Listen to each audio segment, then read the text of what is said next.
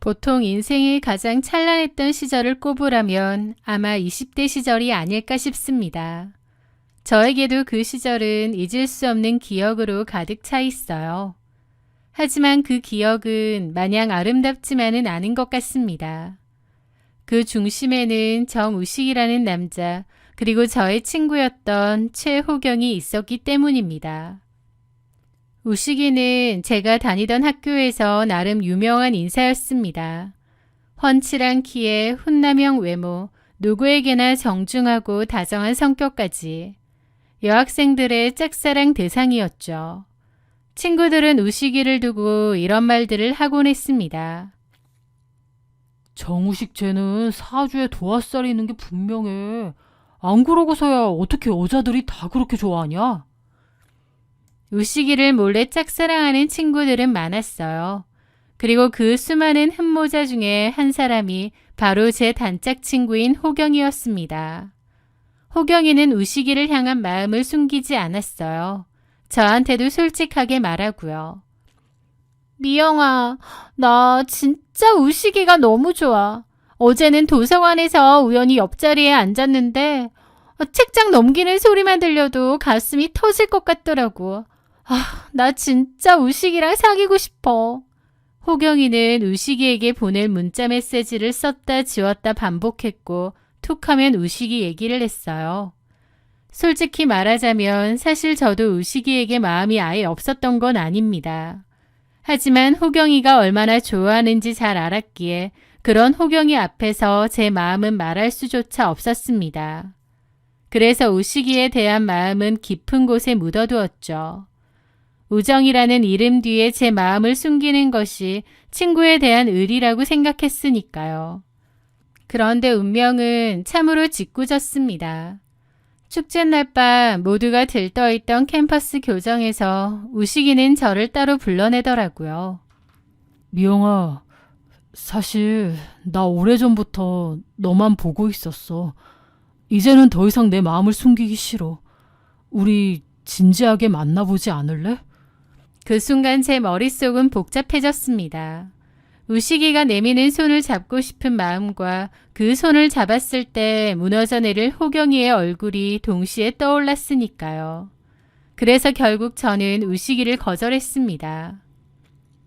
미안해 우식아.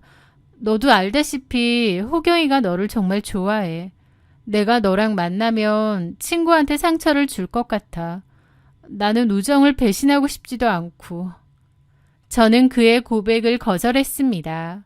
우식이는 자신은 호경이에 대한 마음이 조금 더 없다면서 왜 호경이 때문에 우리가 못 만나야 되느냐고 하더라고요. 하지만 제 입장에선 호경이가 있는 한 우식이를 만날 수가 없었습니다. 그렇게 거절을 했지만 우식이는 포기하지 않더라고요. 이후로도 우식이는 끈질기게 제 주변을 맴돌며 진심을 전했습니다. 결국 저도 마음을 열게 되었고 호경이 몰래 연애를 시작하게 되었어요. 그러다가 결국 호경이가 알게 되었죠. 호경이는 제 상상 이상으로 저에게 섭섭해하고 화를 내더라고요. 한미영, 너 진짜 무서운 애다. 내 앞에서는 나 응원하는 척 해놓고 뒤에서는 내 첫사랑을 가로챘네? 너 진짜 가증스러운 거 알아? 네가 어떻게 나한테 이럴 수 있어? 저는 입이 10개라도 할 말이 없었습니다. 호경아, 정말 미안해. 거절도 해봤는데 내 마음이 내 마음대로 안 됐어. 속이려던 건 아니야. 웃기지 마. 넌 나를 배신한 거야. 너랑 우식이가 행복하게 웃는 꼴 난 죽어도 못 봐. 넌 내 인생에서 가장 소중한 걸 뺏어간 도둑이야. 호경이는 마치 제가 자신의 남편이라도 뺏은 것처럼 저를 몰아세웠습니다. 그 일로 우리의 오랜 우정도 산산조각이 났죠. 한동안 복도에서 마주쳐도 눈길 한번 주지 않는 냉전이 이어졌고 저 말고 다른 친구들이랑 다니면서 저에 대해 안 좋게 얘기를 하기도 했습니다. 저도 처음엔 미안했지만 너무 과한 행동에 저도 좀 질리기도 하고 너무한다 싶더라고요. 그렇게 호경이와 저는 사이가 틀어졌고 각자 지내게 되었습니다. 그러다 졸업반이 되었을 무렵 상황은 급변했습니다. 우식이가 군대에 가게 되었고 휴가 때만 만남을 가졌습니다.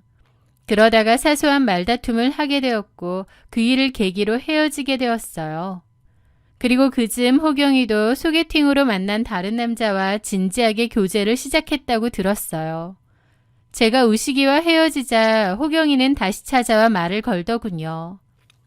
미영아, 생각해보니까 그때는 내가 너무 어렸던 것 같아. 남자가 뭐라고 우리 우정까지 깨야 하나 싶고. 나 지금 잘 만나고 있는 오빠 있거든. 그 오빠가 정말 어른스럽고 좋은 사람이야. 그 오빠 만나보니까 솔직히 정우씨 너무 애 같고 별로였는데 내가 뭐하러 그렇게 목맸나 싶기도 한 거야. 나는 우리 사이에 있는 오해 풀고 다시 예전처럼 지냈으면 좋겠어. 먼저 그렇게 다가와 이야기를 한다는 게 쉬운 일이 아니라는 걸 잘 알았습니다. 그래서 저는 호경이의 화해를 받아들였고 다시 친하게 지내게 되었어요. 호경이는 졸업 후 얼마 지나지 않아 사귀던 남자와 결혼 소식을 전해왔습니다. 막 대학교 졸업을 했기에 결혼하기엔 좀 이른 나이긴 했지만 이 남자에 대한 확신이 있다면서 결혼을 서두르더라고요. 호경이의 남편은 5살 연상의 세무사로 능력 있고 듬직한 사람이라고 했습니다. 호경이는 만나면 자기 남편 자랑을 정말 자주 했어요. 미영아, 우리 남편 정말 최고야. 내가 사고 싶은 거, 하고 싶은 거 다 하게 해주거든. 세무사라 수입도 안정적이고 나를 공주처럼 떠받들어 준다니까. 역시 남자는 얼굴보다 능력이 우선인 것 같아. 행복해 보이는 호경이를 보며 저도 진심으로 축하해 주었습니다. 그렇게 우리는 각자의 길을 걷기 시작했습니다. 저는 졸업 후 중견기업의 마케팅팀에 취직해 일에 몰두하며 살았죠. 우식이에 대한 기억은 가끔 술기운에 떠오르는 아련한 첫사랑의 조각으로만 남았습니다. 그렇게 5년이라는 세월이 흘렀어요. 어느 날 업무차 방문한 컨벤션 센터의 대규모 박람회장에서 저는 믿기지 않는 뒷모습을 발견했습니다. 정우식? 우식이도 놀라서 저를 보더라고요. 한미영 맞지? 세상에, 어떻게 여기서 놀다 만나냐? 5년 만에 마주한 우식이는 예전보다 더 성숙하고 세련된 남자가 되어 있었습니다. 시간이 흐르고 보니 더 어른스럽고 성숙해져서 멋있더라고요. 갑작스럽게 만난 저희는 서로 연락처를 주고받았고 일이 끝난 후 근처 카페로 자리를 옮겨 그간의 이야기를 나눴습니다. 너 여전하구나. 지금도 인기가 많을 것 같은데? 에이, 무슨. 여자친구는 있어? 사실 나 너랑 헤어지고 나서 누구를 만나도 만족이 안 되더라. 내 진심을 알아준 건 너뿐이었거든. 5년 동안 썸은 몇 번 탔는데 딱히 여자친구라고 부를 만한 사람은 없었어. 나 실은 너 정말 많이 생각했다, 미영아. 첫사랑이 지난 5년 동안 나만을 그리워했다는 고백에 제 가슴은 다시금 세차게 뛰었습니다. 우리는 운명처럼 다시 사랑에 빠졌고 이번에는 놓치지 않겠다는 다짐으로 결혼까지 약속하게 되었죠. 이 소식을 호경이에게 전했을 때 그녀의 반응은 의외로 담담했습니다. 아, 그래? 우식이랑 다시 만난다고? 축하해. 뭐 인연이라면 인연이겠지. 나야 뭐 이미 결혼해서 잘 살고 있으니까 옛날 일은 기억도 잘 안 나. 저는 호경이가 정말 과거를 다 털어냈다고 믿었습니다. 그렇게 저와 우식이는 많은 축복 속에 결혼식을 올렸습니다. 연애하듯 설레고 행복한 결혼 생활이 이어질 거라고 믿었습니다. 하지만 결혼 생활은 연애와는 또 다른 현실이더라고요. 연애할 땐 더없이 빛나고 완벽한 사람 같아 보였는데 막상 결혼을 하고 부부 사이로 지내보니 많이 달랐습니다. 집안에서의 우식이는 지나치게 자기 중심적이고 이기적이었거든요. 연애 때는 전혀 몰랐던 모습이었죠. 사사건건 저를 통제하려 들었고 이기적이고 자기밖에 없는 모습도 자주 보였습니다. 저희는 신혼여행 직후부터 다툼이 끊이지 않았어요. 운명적인 재회를 했기에 이 사람이 나의 반쪽이라 생각했는데 시작부터 삐그덕거리기 시작했던 거죠. 그렇게 결혼 1년 차가 되었을 무렵이었습니다. 그맘때 호경이는 연락이 잘 되지 않았어요. 제가 연락하면 그냥 새로운 일을 시작해서 좀 바쁘다 정도로만 말하면서 자꾸 연락을 피하더라고요. 그냥 바쁜가 보다 하고 저도 말았었죠. 그런데 어느 날 갑자기 호경이에게서 연락이 왔습니다. 한동안 소식이 뜸했기에 무슨 새로운 일을 시작하나 했는데 호경이는 뜻밖에도 초췌한 몰골로 저를 찾아와 충격적인 사실을 털어놓더라고요. 미영아, 나 사실 이혼했어. 이혼? 갑자기? 여태까지 마냥 행복하게 잘 산다고만 생각했는데 갑자기 이혼을 했다는 거예요. 호경이는 초췌한 얼굴로 지난날의 이야기를 하더라고요. 실은 남편이 겉으로는 멀쩡해 보였지만 실상은 의처증에 폭언까지 일삼는 사람이었어. 그깟 자존심이 뭐라고 아무한테도 말을 못했어. 친정 부모님한테까지도. 근데 부딪힌 지 꽤 됐고 별거 한 지도 꽤 됐어. 그러다가 반년 전에 협의 이혼했어. 나 이제 정말 혼자야. 저는 호경이가 너무 안쓰럽더라고요. 자존심 때문에 주변에 솔직하게 털어놓지도 못하고 혼자서 얼마나 끙끙대며 살았을지. 저는 친구의 아픔에 안타까워하며 호경이를 돕고 싶었습니다. 호경이는 졸업하자마자 결혼을 했기 때문에 경력이 전혀 없었어요. 이제 혼자 먹고 살아야 되는데 할 줄 아는 게 없어서 막막하다고 하더라고요. 그러면서 혹시 주변에 일자리가 없겠냐고 물어왔죠. 저는 호경이를 위해 주변 수소문을 해봤는데 공교롭게 저희 남편 회사에 계약직 자리가 비어있다는 소식을 듣게 되었습니다. 계약직이라서 큰 스펙이 필요한 것도 아니라는 말에 저는 마침 잘 됐다고 호경이가 거기서 일하면 좋을 것 같다고 했죠. 여보, 호경이가 지금 너무 힘들어해. 호경이 야무지내니까 그 자리 호경이가 좀 일하면 어떨까? 일단 회사에 얘기해볼게. 당신 친구니까 내가 잘 챙겨줘야겠네. 고마워. 그렇게 남편은 회사에 이야기를 해서 호경이가 일할 수 있게 다리를 놓아주었습니다. 친구를 위한 호의였는데 그것이 제 인생에서 가장 뼈아픈 실수가 될 줄 그때는 몰랐습니다. 그 후 호경이는 남편의 회사에 다니며 적응해 나갔고 남편은 퇴근 후 종종 호경이의 업무 능력에 대해 칭찬하곤 했습니다. 적응해서 잘 다니나 보다 싶어서 저도 너무 뿌듯하고 좋더라고요. 하지만 그 시기 제 결혼 생활은 점점 파국으로 향하고 있었습니다. 남편과 저의 성격 차이는 갈수록 심해졌고 부딪힘도 많았어요. 성격이라는 게 결혼 생활에서 얼마나 중요한지 알겠더라고요. 남편과 저는 맞는 구석이 없었고 사사건건 부딪혔습니다. 그때 제가 느끼는 느낌은 둘 중 누구 하나가 잘못됐다기보다 남편과 제가 그냥 결 자체가 안 맞는, 성격적으로 정말 맞지 않는 사람들끼리 같이 살다 보니 자꾸 부딪히고 힘들어지는 거라고 생각했어요. 남편과 함께 있는 게 전혀 즐겁지가 않았고 너무 지치고 힘들더라고요. 서로 해결해 보려 대화도 많이 해봤지만 도돌이표였고 결국 남편과 저는 합의하에 이혼을 하기로 결정했습니다. 우시가, 우리 이제 그만하자. 억지로 더 사는 건 서로에게 고문인 것 같아. 너랑 나랑은 참 다른 사람이었다는 걸 이제는 인정해야 될 것 같아. 그래, 솔직히 나도 많이 지쳤어. 당신은 너무 예민하고 나랑 뭐 하나 맞는 구석도 없고. 차라리 이렇게 된 거 깔끔하게 서류 정리하고 갈 길 가자. 그게 맞는 것 같아. 그렇게 남편과 저는 조용히 협의이혼 절차를 밟기 시작했습니다. 저는 이 아픈 소식을 일단 주변에 알리지 않고 조용히 마무리하고 싶었어요. 그런데 어느 날부터인가 아는 겹지인들로부터 저에 대해서 이상한 소문이 돈다는 것을 알게 되었습니다. 제가 성격이 너무 괴팍해서 우시기를 들들 볶고 의부증에 집착까지 심해서 이혼을 한다는 거예요. 너무 황당해서 그 소문의 출처를 찾아보니 놀랍게도 호경이더라고요. 친구가 말을 해줘서 알게 되었습니다.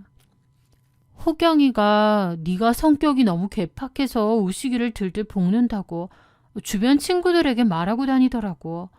네가 너무 우시기를 들들 볶아대서 호경이가 옆에서 우시기 지켜보기 너무 안쓰러울 정도라면서. 기가 막혔습니다. 제가 일자리까지 마련해주며 도와준 친구가 제 남편의 말만 듣고 뒤에서는 저를 천하의 악처로 만들고 있었던 겁니다. 호경이가 도대체 왜 그랬을까? 우시기가 회사 상사기 때문에 그런 걸까? 이해가 안 되더라고요. 그런데 소문은 점차 더 이상한 쪽으로 변해갔습니다. 미영아, 호경이 요새 우식이랑 매일 퇴근하고 술 마신다던데 둘이 무슨 사이인 거 아니야? 정말? 게다가 호경이가 그런 사실을 숨기는 게 아니라 은근히 티내고 다니는 것 같아. 드디어 내 자리를 찾은 것 같다느니, 진짜 인연을 찾은 것 같다느니, 우식이가 나한테만 진심을 말한다느니 그런 말을 하고 다닌대. 호경이랑 우식이랑 정말 무슨 사이인 거 아니야? 너 그런 낌새 몰랐어? 그 말을 듣는 순간 너무 황당하더라고요. 제가 남편하고 자주 부딪히는 게 단순한 성격 차이의 문제일 거라 생각했는데 사실은 남편과 호경이가 그런 사이였고 그래서 남편이 저한테 유난히 시비도 걸고 틱틱거렸나 싶은 거예요. 이혼을 해도 성격 차이가 심해 서로 협의혼을 하는 것과 바람을 펴서 이혼을 하는 것은 아예 다른 문제잖아요. 결국 호경이를 불러냈습니다. 호경이를 기다리는데 착잡한 기분이 들더라고요. 오랜 친구였고 또 그녀의 아픔을 진심으로 걱정하기도 했었습니다. 일자리까지 직접 주선해주기도 했었고요. 그런데 정말 호경이가 그런 나를 배신했을까 생각하니 어처구니가 없더라고요. 그렇게 카페에 마주 앉았는데 호경이의 얼굴에는 미안함 대신 묘한 승리감과 조소 섞인 표정이 가득한 겁니다. 너 정말이야? 우식이랑 밖에서 따로 만난다는 게? 게다가 나에 대해서 그렇게 말하고 다닌 게 너 맞아? 내가 네 사정 안쓰러워서 자리까지 알아봐주고 그랬는데 어떻게 나한테 이럴 수 있니? 최호경은 오히려 당당하게 어깨를 으쓱하며 커피를 한 모금 들이켰습니다. 그 모습이 어찌나 태연하던지요. 내가 뭘 어쨌다고 그래. 우식이랑 나랑은 친구 사이야. 물론 니네가 이혼하고 나서 만약 내가 우식이랑 잘 된다면 그건 별도의 문제일 거야. 사실 이혼한 남편이 누구랑 재혼을 하든 어쩌든 더 이상 상관없는 거잖아? 아니지. 너랑 정우식이 지금 만나고 있다면 그건 외도야. 우리 만나는 거 아니라니까. 뭐 우식이 속마음까진 내가 모르지. 내 마음도 모르는 거고. 서로 호감 정도는 있을 수 있겠지만 겉으로 바람피거나 외도하는 건 전혀 아니야. 속마음까지 내가 어쩔 수 있는 건 아니잖아. 그리고 미영아, 너희 어차피 이혼하기로 합의했다며. 우식이 마음이 어디로 가 있든 그게 이제 와서 뭐가 그렇게 중요하겠니? 아, 갑자기 10년 전 대학 때 생각난다. 나 그때 우식이 참 좋아했는데 네가 가로채듯 우식이랑 사귀었잖아. 그때 참 너한테 섭섭하고 그랬는데 살다 보니 네가 나한테 섭섭해하는 일도 생긴다. 이래서 인생은 살아봐야 안다고 하는가 봐. 호경이의 입에서 나온 말들은 경악스러웠습니다. 애초에 가로챈 적도 없는데 호경이는 제가 우식이를 가로챘다고 생각하고 있었고 또 10년 전의 그 앙금을 가슴속에 내내 품고 산 모양이었어요. 너 정우식이랑 무슨 사이인 양 냄새 풍기고 다니는 거 내가 모를 줄 알아? 차라리 솔직하게 말해. 너 정우식이랑 뭔 사이인데? 호경이는 코웃음 치며 팔짱을 끼더라고요. 말했잖아. 우리 아무 사이도 아니라니까. 그냥 회사 선후배 사이 아니면 대학 동창일 뿐이지 뭐. 근데 내 말은 솔직히 남녀 사이니까 나중에 뭔 일 있을지는 아무도 장담 못한다 그거야. 막말로 내가 나중에 우식이랑 어떤 진지한 관계로 발전한다 해도 사람 일 모른다 이거지. 라면서 깐족깐족 약을 올리는데 속으로 확신을 했습니다. 아, 둘이 불륜 맞구나 라는 것을요. 최호경은 겉으로는 아무 사이도 아니다라고 하지만 사실은 둘이 무슨 사이인 양 티내고 싶어 안달난 사람처럼 굴었습니다. 저는 더 이상은 아무 말 하지 않고 자리를 떠났습니다. 진실을 말해줄 리 만무했고 제가 그냥 따로 정우식 뒤를 캐는 게 나을 것 같더라고요. 그렇게 저는 여러 가지 고민 끝에 돈은 좀 들어도 확실한 방법을 선택하기로 했습니다. 조용히 사람을 붙여 우식이의 뒤를 조사하기로 한 거죠. 처음엔 협의혼으로 끝내려 했지만 만약 정말 최호경과 불륜 사이라면 정식으로 위자료 청구도 할 생각이었으니까요. 그런데 얼마 뒤 제 손에 들어온 남편의 뒷조사 증거. 그걸 본 저는 호경이가 꿈꾸던 장밋빛 재혼이 얼마나 처참하고 우스꽝스러운 허상이었는지 알게 되었습니다. 결과적으로 최호경은 제 남편 정우식과 만나고 있었던 게 맞았어요. 불륜 사이가 맞았던 거죠. 최호경은 제 남편과 회사 밖에서도 따로 만나면서 제 남편이 이혼하기만을 기다리고 있었을 겁니다. 저랑 이혼하고 나면 본인이 정우식과 재혼을 하려 했으니까요. 그런데요, 정말 웃기는 일은 따로 있었습니다. 정우식에게 바람피는 여자가 최호경만 있는 게 아니라는 사실이었죠.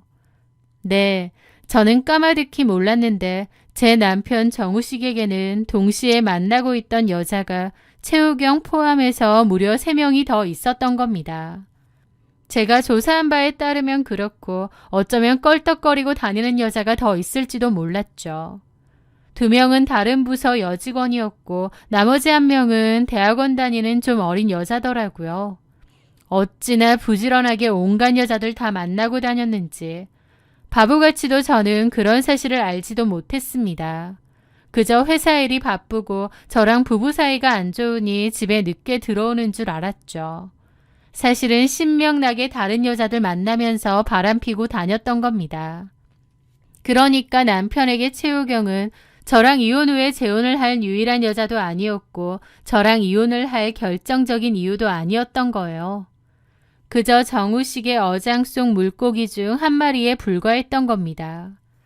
떡줄 사람은 생각도 않는다는 게 이 상황이었죠. 얼마나 어이가 없던지요. 남편이 그렇게 뻔질나게 여자들 만나고 다녔다는 것도 거기에 최호경이 포함이라는 것도 이 엄청난 사실 앞에서 헛웃음이 절로 났습니다. 저는 최호경을 불러 그 사진들을 직접 보여주었습니다. 호경아, 이를 어쩌니? 정우식 옆자리 차지하려고 친구 뒤통수까지 야무지게 쳤는데 정우식한테 너는 만나는 여자들 중 하나더라. 그게 뭔 말이야? 네가 직접 봐. 네가 하도 정우식이랑 무슨 사이인 양 냄새 피우고 다니길래 내가 좀 알아봤거든. 근데 정우식이 여자가 한둘이 아니더라고. 이것 봐. 너네 회사에만 해도 너 말고 여자 2명이나 더 있잖아. 호경이의 얼굴에서는 실시간으로 핏기가 사라지더라고요. 야, 내가 장담하는데 나랑 이혼해도 정우식 너랑 재혼 안 해. 정우식 그런 인간이야. 호경이의 얼굴은 하얘지다가 나중엔 흑빛으로 변하더라고요. 아니야, 그럴 리 없어. 이 여자들은 다 뭐야? 인사팀 정리야? 얘도 만난다고? 참나, 친구 남편 뺏으려고 안 달랐는데 어쩌니? 어장 속 물고기 중 하나였네. 그래도 고맙다. 네 덕분에 정우식이 얼마나 쓰레기 같은 인간인지 제대로 알았어. 난 여태까지 정우씨랑 내가 성격이 안 맞는 줄 알았어. 그런데 이렇게 여자 부지런히 만나고 다니는 쓰레기인 줄은 전혀 몰랐네. 이 여자들 너까지 포함해서 다 상간소송 걸 거야. 친구 배신 때리고 새 출발 꿈꿨을 텐데 네 꼬라지도 참 우습게 됐다. 제가 그 말을 하는 동안에도 최호경은 큰 충격으로 어버버 하고 있더라고요.